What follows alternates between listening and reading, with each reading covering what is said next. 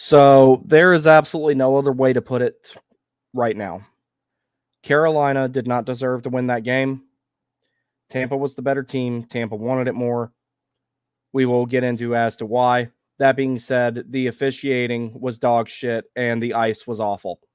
You could tell even on the broadcast how bad the ice was because the puck was dying so much. And you could see just how chewed up and how many ruts there were in it, even a couple of minutes into a period after they got done Zamboniing it. That's not why Carolina lost, though. Carolina lost because they played like shit. We'll get into that here in a moment. Let's see what we got here. Matthew Brown, what's up, buddy? Well, that went well. If anyone can come up with positive about this game, I'm definitely all ears. I found a few small ones, but I really had to look for them, and I had to look very hard. But I am really, really glad I did not make the trip down there for the home opener this year, and I hope to God that they're not playing like that in a week when I drive almost an equal amount of time to go to Pittsburgh to watch them play there. So the good news is I'll get some ice time while I'm up in Pittsburgh, so I'll at least have that. So it won't be a bad day either way. Plus, I get to eat like a really, really good German food. So let's see here. What else we got? All right. Officiating shit, no, and we played okay against a veteran team. I wasn't happy with anything they did tonight, Kyle. I didn't like anything that Carolina did tonight. They had a few sequences where I was like, okay, maybe they're getting going, but at no point for an extended period of time did I feel like that they actually really took over the game like they can as a team. They had a few sequences where the forecheck was really suffocating. They weren't letting, Tampa out of their own zone very well, and they were denying transition pretty good at times. But for the most part, I wasn't happy.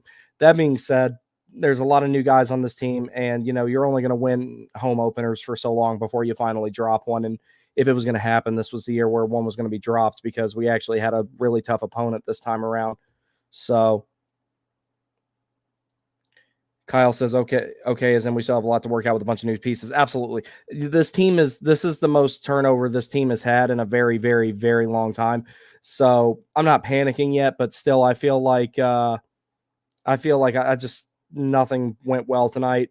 But there's an old saying, if you're gonna fuck up, get it out of the way early. So I'm hoping Carolina did that tonight, but I was not particularly happy with how they played at all.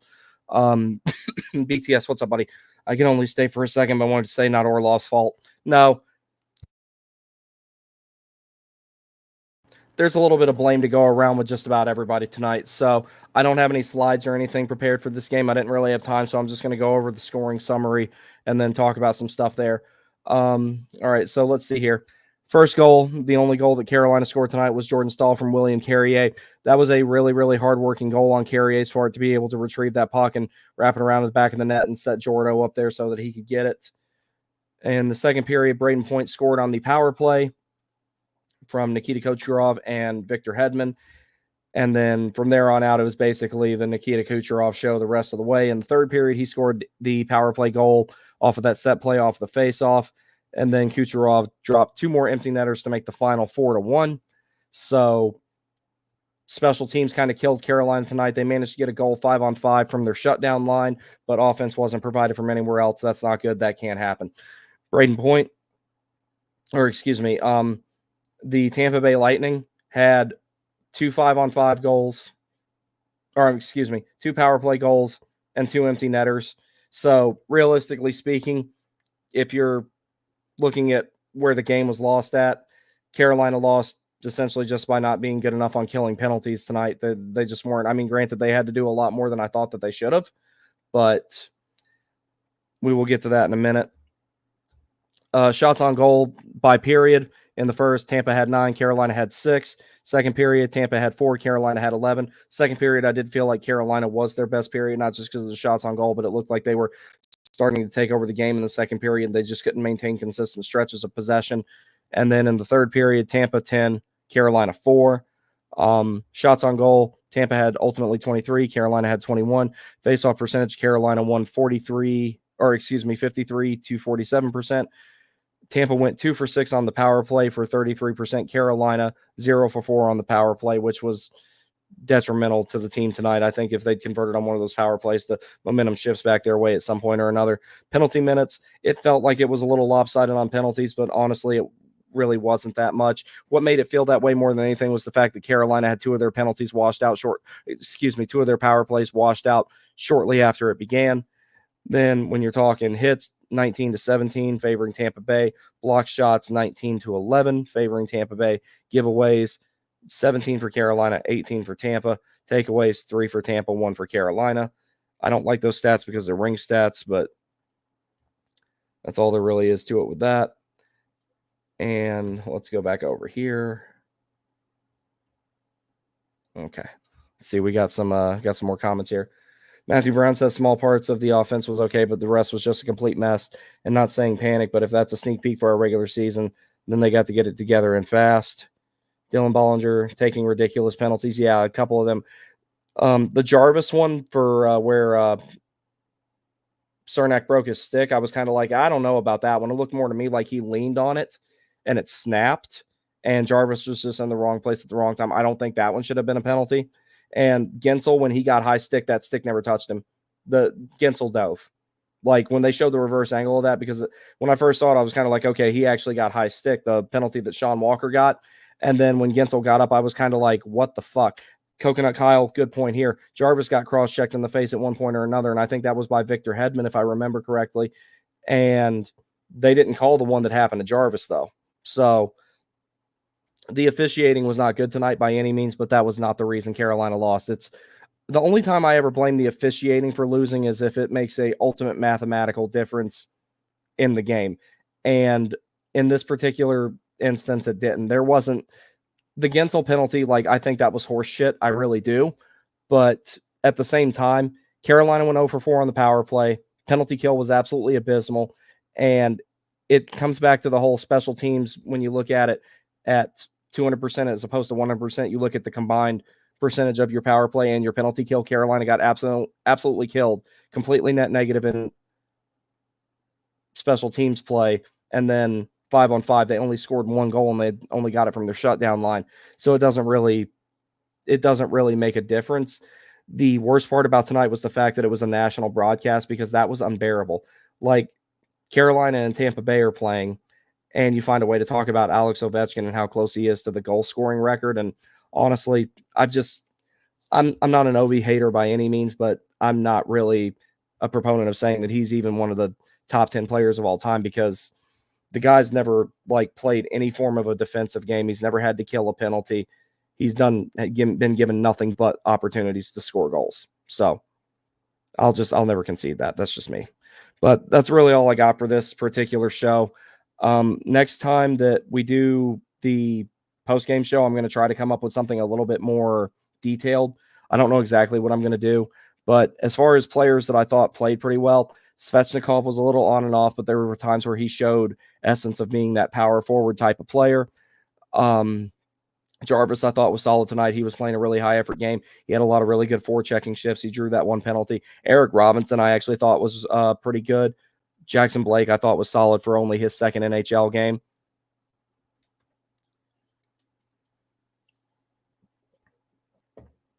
So there's that. Let's see. Freddie, I'm not going to blame this one on Freddie either.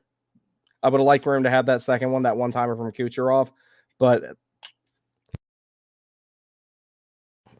overall, I'm not blaming this one on him either. I think there's a little bit of shared blame to go around here with everybody. Slavin, I thought, was steady. He was fine. Chatty, I thought he was fine. Aho looked really just off. He looked a little nervous. He didn't look like himself. But I've always thought that he's always been a little rough to start the season, whether that's one game or a few games. It seems like it always takes him a little bit to get going. It's just one of his characteristics as a player. We'll see how he does going forward. I think he'll be fine. Roslovic, I thought, played really, really well. I was very impressed with his speed, his ability to protect the puck with his body, how hard he was working in the corners to try and retrieve it. The other thing I don't understand is why Brind'Amour changed the lines up at the last minute, because he flipped Roslovic and Svechnikov. I think that was the first of many decisions that should not have been made. KK, I'm kind of 50-50 on the night he had. It was either he was making really good plays or he wasn't making good ones at all. Natchez was kind of invisible tonight. He had a few good moments with possession, but didn't really generate a whole lot. Gostisbehere was 50-50. Sean Walker, I thought, did pretty decent. Burnsy had some slow moments, but he also had some really good possession-driven moments as well.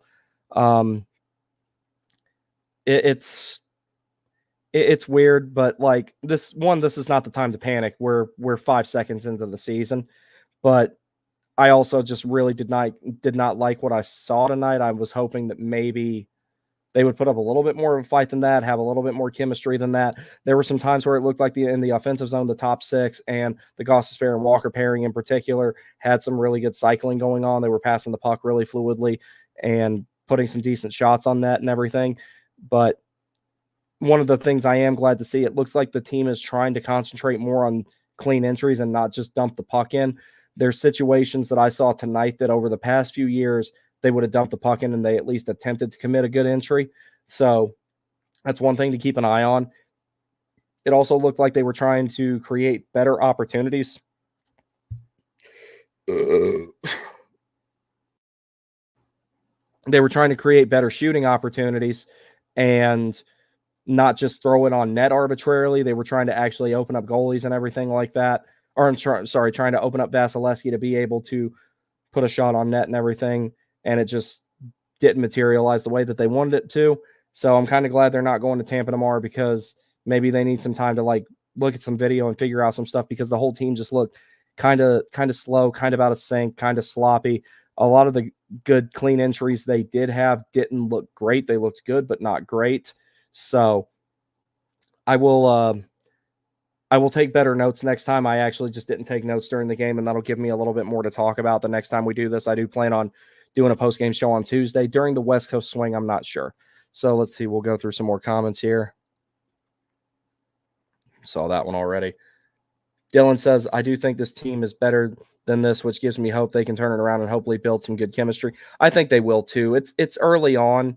I was expecting, even if they didn't win this game, I was expecting a little bit better of a performance than what we got.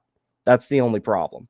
I really thought that maybe there would be a little bit better of a showing than what we got. Yeah, I agree too. I think this team will be fine. It's just got some adjustments it's got to make, but I expected a little bit better tonight. Yes, Roslovic played well, in my opinion. I think that Roslovic was one of the best players out there that we had tonight. That's why I think that he should be still with Aho and Jarvis, as they were all training camp. I don't understand why Rod changed that at the last minute, and I feel like it just kind of had a negative snowball effect from there. Coconut Kyle says, only gave up 2 goals, got to at least be able to get 2. Yeah, so that's what's funny about it. So in the pregame show, I was talking about where Tampa had an advantage was definitively in the first power play unit, in the second power play unit, and their top 6. They got 4 goals. I mean, granted, 2 of them were empty netters, but doesn't matter. They count all the same. But 2 goals on the power play. Both of those guys play in their top 6, 5-on-5. So it's like, and Carolina's biggest strength, what's normally their biggest strength, is the penalty kill, and that didn't show up tonight. So a lot of it is getting acclimated to new teammates. There's been a lot of roster turnover, but tonight they definitely looked completely just out of sync. There just was no chemistry there. It was just, there's no other way to describe it. It was just sloppy. Clean entries, when they could make them, were kind of sloppy. And when they were denied zone exits, they couldn't get, or when they were initially denied entry, they weren't able to get the puck in and then go after it, which, should always be secondary to making a clean entry, but they couldn't really get that done. So they got some work to do. So we'll see how it is on Tuesday. The long layoff, the one thing that sucks about it, it's going to give them time to think about it, as opposed to jumping on a plane tonight, going to Tampa, and then getting to New Jersey, or getting back and playing New Jersey on Tuesday and maybe finding your game again. But over the course of the next one, I hope Rod gives them one day off. I'm sure he will. But over the course of the next 3-4 days, they really need to go ahead and stop this negative momentum before it gets worse. Go ahead and start figuring out everything you did wrong tonight. You have 4 days to look at video. You have 4 days to talk about it. You have 4 days to practice. Go ahead and start figuring out everything that went wrong tonight, and go ahead and stop it before it gets bad. Because this game right here, it's not catastrophic, but if stuff like this snowballs, it will become catastrophic. It will become catastrophic very quickly.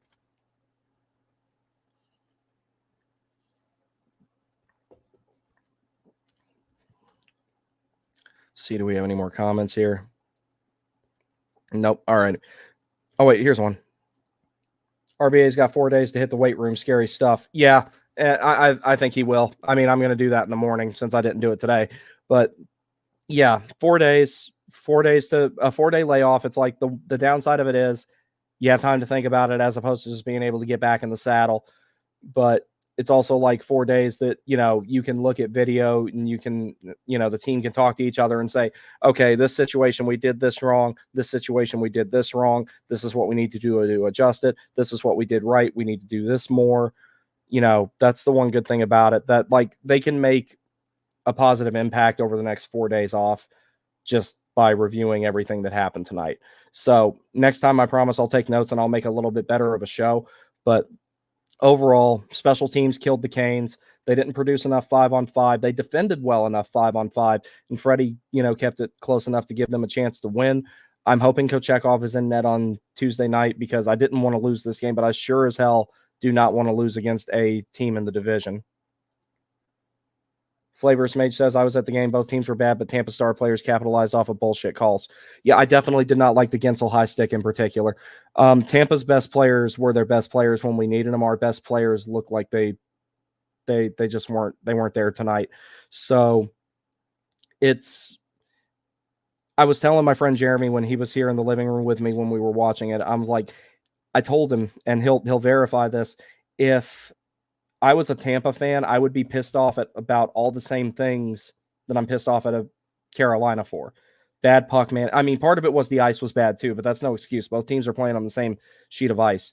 The puck management was awful. It was hard to do anyway because of the ice, but still the Hurricanes were really bad at managing it, especially in the defensive zone. Those quick zone exits they normally have, they weren't really getting those as much as they needed them tonight. That sustained offensive zone pressure. Even when it was sustained, Tampa was managing to keep Carolina on the perimeter and keep them from working the puck to the middle of the ice. And Carolina did not deny neutral zone transition nearly as much as they normally do.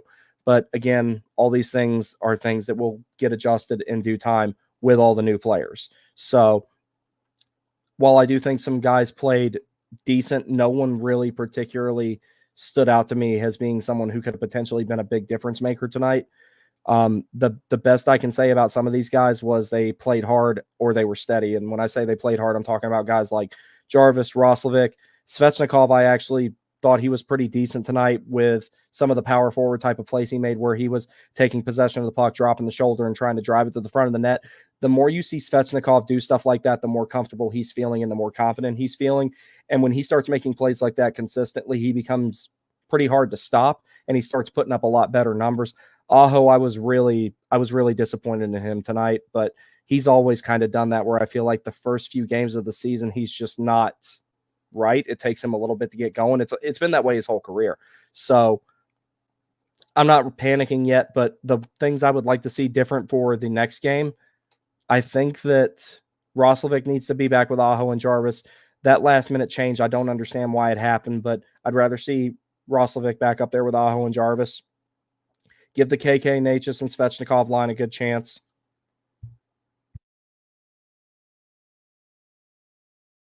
Let's see. Got a couple more comments here. Philip McCrevis says, can our PK be above league average without Teuvo Teravainen and Brady Shea, Brett Pesce, and Jesper Fast? Yes, because you still have most of the guys who killed penalties last year. Slavin, Burns, Aho, Jarvis, Martinook, Stahl. And the big difference is Orlov and Chatfield are killing penalties when Shea and Pesce weren't. That being said, you also have you have two other options on the blue line if you need to do it, and that's try Walker and Gostisbehere out there for penalty killing. I personally wouldn't do that. I'd rather them spend most of their time 5-on-5, and in situations like near the end of the game when they were out there to try and score a goal.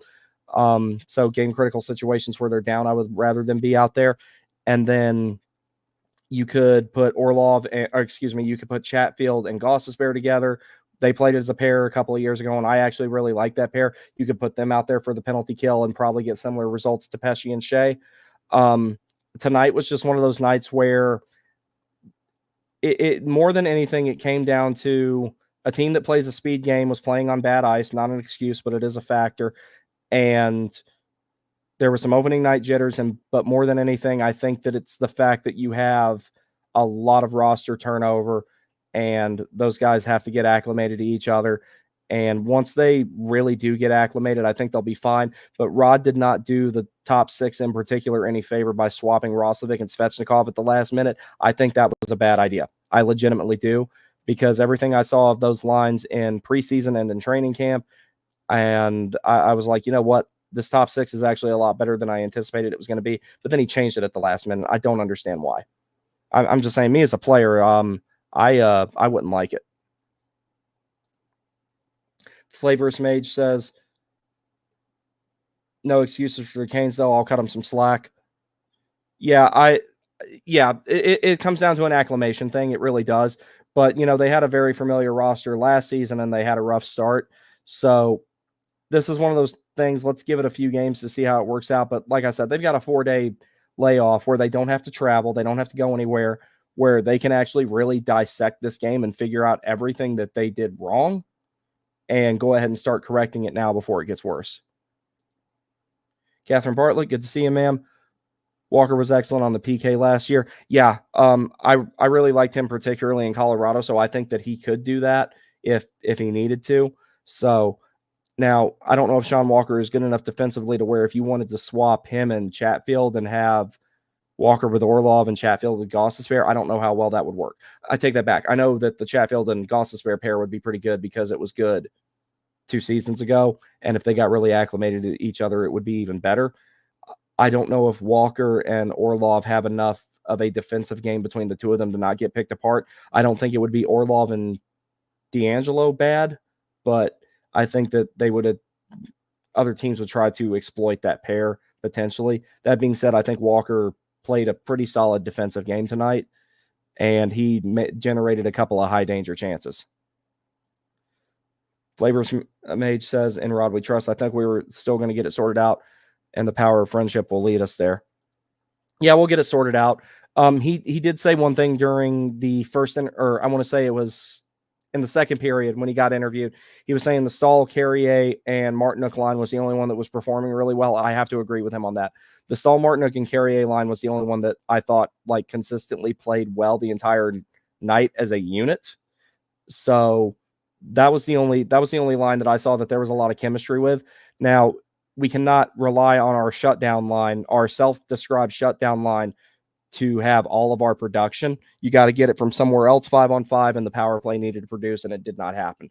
But no, they just got some work to do.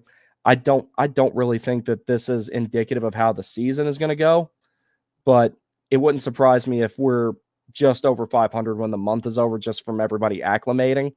But this is a good opportunity for them to just go ahead and start working the kinks out now. They got 4 days to start figuring it out and then play against what is potentially a better team than the one that they played tonight.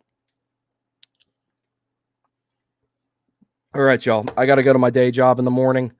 That will be it. So when I do the post-game show next time, I will at least try to make it a little bit more detailed, a little bit more elaborate. Same thing with the pregame shows. So I named the pregame show Landfall Hour, and typically it will be 30 minutes, 45 minutes, maybe an hour, but I just thought it was a cool name. If anybody has any ideas for a post-game show other than Aftermath, because I think they already used that on 99 The Fan, I would like to name the post-game show as well. So thank you guys very much for joining me tonight. Not the result we wanted, but a little bit early to panic. I wouldn't panic just yet. So thank you guys very much for joining me on here. We will definitely do this again soon. I'm going to try to stream on Saturday and or Monday. I have 2 different things I want to do. So I will try to get those going here shortly. Thank you very much, guys. I appreciate it. Y'all have a good night.